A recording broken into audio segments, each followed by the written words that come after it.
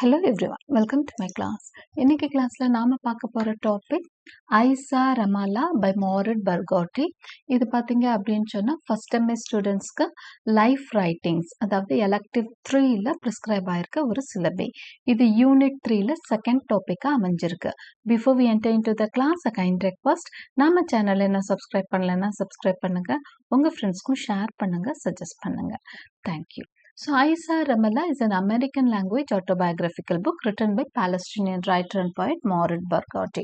So, Morid Barghouti இவர் தான் author. இது வந்து autobiographical book Isa Ramallah அப்படிங்கிறது. It is originally it was written in Arabic language and then it was translated into English. First வந்து 2008ல it was translated. Okay, மில்லேனியமில் வந்து it was translated by American university தான் முதல் translate பண்ணுது.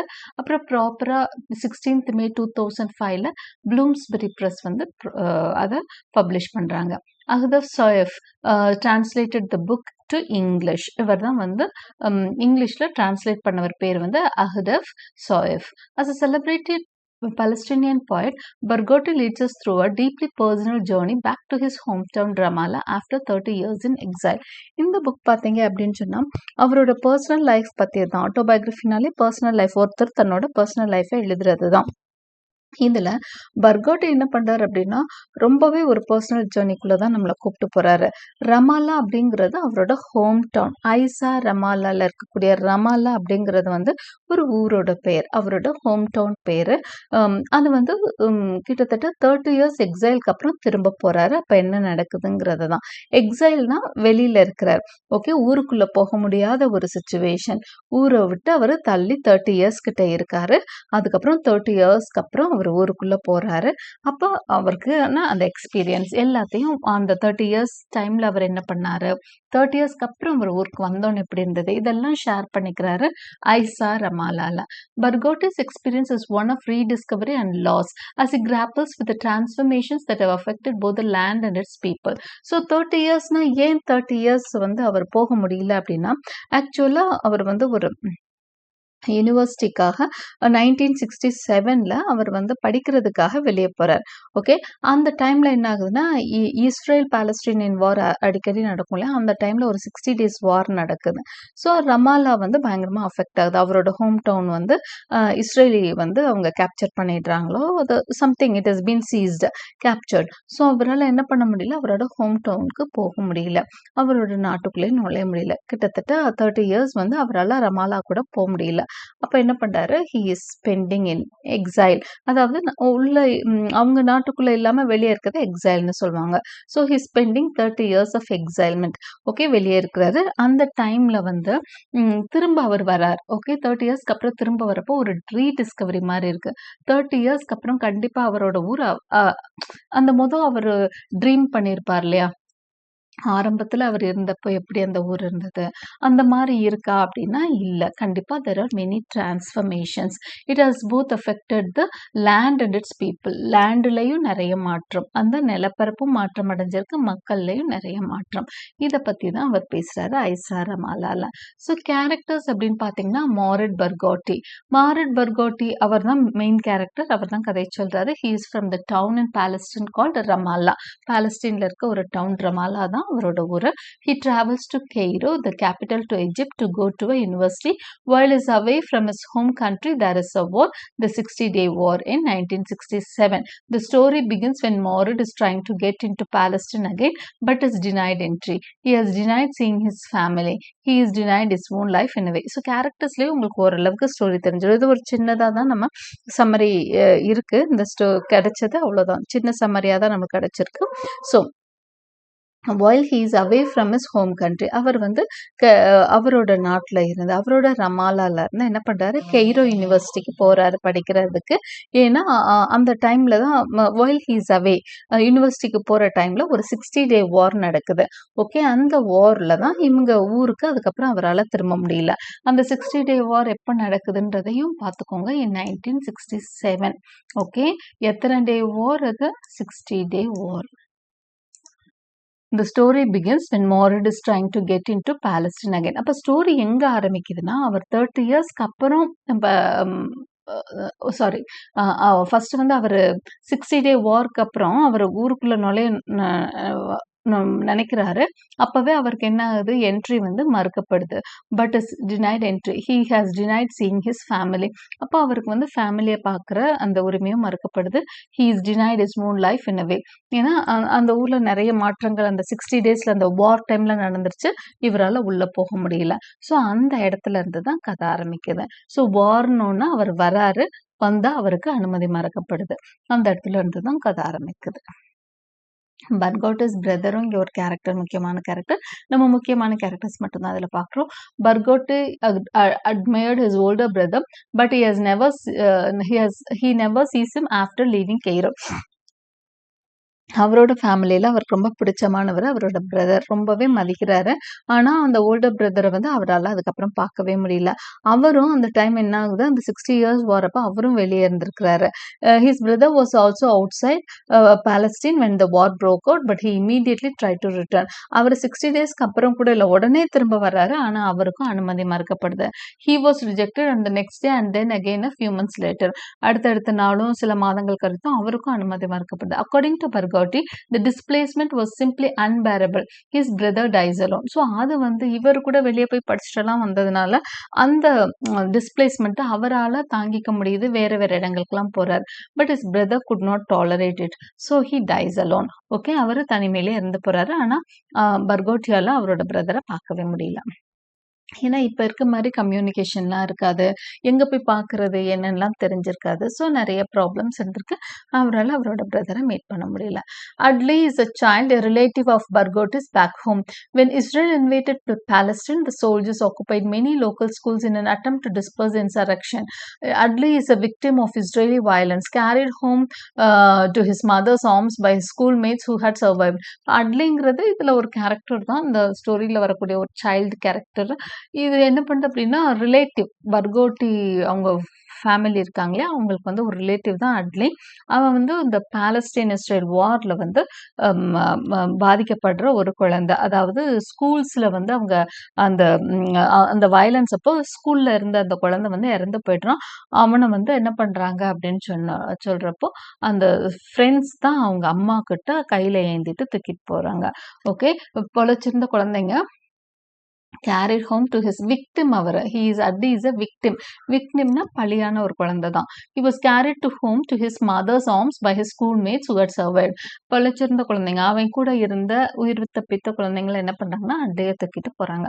So இது ஒரு கேரக்டரா நம்ம பார்க்குறோம். Okay, so summary. Aisa Ramallah is an autobiography in which Barghouti narrates his own memoir. So இது மட்டும் நீங்க எழுதுனீங்கன்னா போதும். இதெல்லாம் ஜஸ்ட் ஒரு ஐடியாவுக்கு தான். ஸோ எக்ஸாமுக்கு தேவையானது சம்மரி நாங்கள் கொடுத்துருக்கேன். Aisa Ramallah is an autobiography in which Barghouti narrates his own memoir. So இதில் வந்து இது ஒரு ஆட்டோபயோகிராஃபிக்கல் எஸ்ஸே. இது வந்து ஃபுல்லாக அவரோட மெமோர் தான், அவரோட ஞாபகங்களை தான் அவர் ஷேர் பண்ணிக்கிறாரு. Barghouti leaves his hometown Ramallah, Palestine to attend university in Cairo, Egypt in 1967. So பாலஸ்டீன்லேருந்து அவர் எஜிப்ட் போகிறார். அவரோட கண்ட்ரி பாலஸ்டீன், அவரோட ஊர் ரமாலா. அங்கேருந்து படிக்க எங்கே போகிறாரு? கெய்ரோ யூனிவர்சிட்டி எஜிப்டுக்கு போகிறாரு. ஓகே, இதெல்லாம் ஒன் வேர்ட்ஸாக இருக்கா நீங்கள் பார்த்துக்கோங்க. எந்த year? In 1967. Is unable to return to his home because of the 60-day war. இப்போ என்ன ஆகுது அப்படின்னா, ஒரு வார் ஆரம்பிச்சிருக்கு அவரோட ஹோம் டவுனில். Between Israel and Palestine, there is a 60-day war. In reality, he is not allowed to re-enter Palestine for 30 years. அது 60-day war தான். ஆனால் அதுக்கப்புறமா அவரால் அவரோட கண்ட்ரிக்குள்ளே நுழையவே முடியல. மேபி அவங்க கேப்சர் பண்ணியிருந்திருக்கலாம். ஸோ 30 years கிட்டத்தட்ட அவங்க என்ன பண்ண முடியல, அவரால் பாலஸ்டீனுக்குள்ளே நுழையவே முடியல. That is only after his 50s. அப்போ 30 yearsனா இவர் 20s என்ன பண்ணியிருப்பாரு? He would have gone to the university. Okay, 20 years around யூனிவர்சிட்டிக்கு போயிருப்பாரு. அப்போ 30 years அவரால் நுழையவே முடியல அவங்க நாட்டுக்குள்ளனா, அவரோட 50 இயர்ஸ்க்கு அப்புறம் தான், அவருக்கு 50 வயசு ஆனதுக்கு அப்புறம் தான் he could enter into his homeland again. That is only after his 50s. அவரோட 50 வயசு தாண்டதுக்கு அப்புறம் தான் Barghouti could enter into his homeland again. So இப்படி தான் கதை போகுது. During his exile, he travels the world, observing how people live in different places, yet or everywhere basically the same. So during that period அவரோட life எப்படி இருந்தது, அந்த 30 years அவர் என்ன பண்ணார் அப்படின்னு சொன்னா, என்ட்ரி வந்து மறுக்கப்பட்டோன்னே அவர் என்ன பண்றாரு, அவர் ஓரளவுக்கு படிச்செல்லாம் இருக்கிறதுனால he travels around the world. ஏதோ வேலை பார்த்துட்டு உலகம் முழுக்க சுத்தி வர்றாரு. அவருக்கு வந்து வீட்ட விட்டு ஒதுங்கி இருந்துட்டா, அ வீட்ட பத்திய நெனப்பு மட்டும் தான் இருக்கும். அங்க இருக்கிறவங்களுக்கு என்னாச்சோ, ஏதோ எப்படியோ நம்ம எப்படியாவது ஊருக்குள்ள போயிடணும். அவங்களோட ஊருக்கு சொந்த ஊரு, சொந்த நாட்டுக்குள்ள போணும்னு தான் எல்லாருக்கும் ஆசை இருக்கும். So he is travelling around the world observing. ஆனா அந்த டைம்ல எக்ஸைல் பீரியட்ல அவருக்கு வேற வழியே இல்ல. ஆப்ஷன்ஸே இல்ல. He has to live away from his homeland. So he is travelling around the world observing how people live in different places yet are everywhere basically the same. எங்க போனாலும் மனிதர்கள் ஆனா ஒரே மாதிரி இருக்காங்க அப்படிங்கிறது அவருக்கு புரியுது. ஊரு, மொழி எது மாறுபட்டாலும் மனிதர்களோட எண்ணங்கள், செயல்கள்லாம் ஒரே மாதிரி தான் இருக்கு. People are basically the same அப்படிங்கிறத உணர்றாரு. Mourid spends an unbelievable 30 years in exile. அப்போ 30 years வந்து எக்ஸைல்ல தான் அவர் இருக்கிறாரு. He travels around the world from city to city, never feeling like he is at home in any of them. ஒரு சிட்டில இருந்து இன்னொரு சிட்டிக்கு போறாரு. ஆனா எங்கேயுமே அவருக்கு ஹோம்லினஸே கிடைக்கல. அந்த ஹோம்ல இருக்க ஃபீலிங்கே வரல. அவங்க ஊர்ல இருக்க திருப்தி அவருக்கு எங்கேயுமே கிடைக்கல. He struggles with knowing who he is, never getting any closer to the answer. தான் யார்? நம்ம எதுக்காக இந்த உலகத்துக்கு வந்தோம்? ஏன் இப்படி எல்லாம் நடக்குதுன்னுலாம் அவர் வந்து ஒரு ஸ்பிரிச்சுவலா கூட தேட ஆரம்பிக்கிறார். ஆனா எந்த ஆன்சருக்கும் நெருக்கமாவும் அவர் போக முடியல. ஏன் இப்படி அல்லாடுறோம்னு கூட அவருக்கு தெரியல. He longs at every moment to return to his home and his family, but when he finally does return, everything is different. He longs at every moment to return to his home and his family. இப்போ ஒவ்வொரு நிமிஷமும் அவர் வெளியில இருந்தப்பயும் வீட்டுக்கு போகணும், வீட்டுக்கு போகணும், வீட்டுக்கு போகணும். எப்படியாவது நம்ம ஊருக்கு போயிடணும். இதுதான் அவருக்கு வந்து ஆசையா இருக்கு. பட் ஒரு கட்டத்துல 30 இயர்ஸ்க்கு அப்புறம் அந்த கனவு நினைவாகுது. But when he finally does return, everything is different. அவர் அப்படியே கனவு கண்டுட்டு இருக்காரு. நம்ம ஊருக்கு போயிட்டா அப்படியா இல்லாம் அப்படியா இல்லாம். ஆனா 30 இயர்ஸ்க்கு அப்புறம் அவர் ஊருக்கு போனா அப்படியே ஹோல் டிஃப்ரெண்ட். அவருக்கு அக்சசிபிலிட்டி கிடைச்சிருச்சு. உள்ள போக அவருக்கான அனுமதி கிடைச்சு அவர் போயிட்டார் ரமாலாக்குள்ள. ஆனா அவர் நினைச்ச ஊரா அது இல்ல. அவரோட அந்த 20ஸ்ல அவர் வாழ்ந்திருந்த ஊரா அது இல்ல. ஆஃப்டர் த ஓஸ்லோ அக்கார்ட், இது வந்து ஒரு agreement between Palestine and Oslo அக்கார்டுங்கிறது வந்து an agreement between Palestine and Israel. Okay, இந்த அக்கார்ட் வந்து Mourid was able to return home. இந்த அக்கார்டுக்கு அப்புறம் தான் எப்போ வந்து மோரிடால உள்ள போக முடியுதுன்னா, இந்த வெளியில இருந்த மக்கள்லாம் உள்ள வரலான்னு இந்த ஆஸ்லோ அக்கார்டுன்னு ஒரு அக்ரிமெண்ட் கையெழுத்தாக்குது. அதுக்கப்புறம் தான் Mourid was able to return home, but it is now a broken home. அந்த வீடு வந்து உடைந்து போன ஒரு வீடு தான். உடைந்து போன ஒரு வீடு அப்படின்னா not that everyone is dead. இல்லை, வீடு பிசிக்கலா உடைஞ்சிருக்குன்னு இல்லை, எல்லா விதத்திலையும். ஓகே, அந்த மனசளவுல அந்த இடமே வந்து மாறி இருக்கு. That image he had cherished of what home should look like was incompatible. அதாவது இவர் கற்பனை பண்ணியிருப்பார் இல்லையா, தன்னோட வீடு எப்படி இருந்துச்சு, 20 வருஷம் அவர் வாழ்ந்த அந்த வீடும் இப்ப இருக்க வீடும் இட் வாஸ் இன்கம்பேட்டபிள், ஒண்ணுக்கு ஒண்ணு சம்பந்தமே கிடையாது அப்படிங்கிறார். Okay, it was completely different. ஏன்னா அந்த சூழல், அந்த ஆளுங்க எல்லாமே it was completely different. So the image had cherished of what home is, அவரு கற்பனை பண்ணி, அவர் ஆசையா நம்ம வீட்டுக்கு போகணும் கற்பனை பண்ணியிருந்த வீடும், ஆனா அவர் பார்க்குற வீடும் இட் வாஸ் இன்கம்பேட்டபிள், சம்பந்தமே இல்லாத ஒரு விஷயங்கள். Two different things. This is a book about human emotions. அப்போ இந்த புக் எதை பற்றியது அப்படின்னா, it is about human emotions and war, people being ripped from their families and getting home just to see what is no longer there. இது ஃபுல்லா வந்து இந்த இமோஷனலான விஷயங்கள் தான், அவரோட உணர்வுகள் தான் இந்த புக்ல அதிகமா வெளிப்படுத்தியிருக்கு. எப்படி வார் வந்து மக்களை வந்து அவங்க ஃபேமிலிஸ்ல இருந்து பிரிக்குது. அப்புறம் அவங்க ரொம்ப கஷ்டப்பட்டு அவங்க திரும்ப அவங்க ஃபேமிலி வார் முடிஞ்சதுக்கு அப்புறம் போகிறப்போ they could not see what they expected. Okay, அவங்க என்ன எதிர்பார்த்து போறாங்களோ அங்க அது அவங்களுக்கு இருக்கிறது இல்லை. இன்னும் ஒரு பெரிய வார்க்கு அப்புறம் அந்த ஊரோட சூழல், நாட்டோட நிலைமை எல்லாமே மாறி இருக்கும். ஸோ அவங்க திரும்ப அந்த வீட்டுக்கு போறப்போ எதுவுமே அங்க அவங்க எதிர்பார்த்தபடி இருக்கிறதில்ல. So this is what he says about. அப்போ அந்த இமோஷன்ஸ் இருக்கு இல்லையா, அந்த நம்ம எப்படி நினைச்சு வந்தோம், இங்க என்ன இப்படி இருக்குன்ற மாதிரி மனசு கஷ்டமா இருக்கும் இல்லையா, வெளிநாட்டுல இருந்ததை விட இங்க மோசமா இருக்குன்ற மாதிரி அவருக்கான அந்த சூழல் வந்து அமைஞ்சிருக்கு. I saw Ramallah is through Barghouti's past where one can feel his despair. Okay, so இந்த ஸ்டோரி வந்து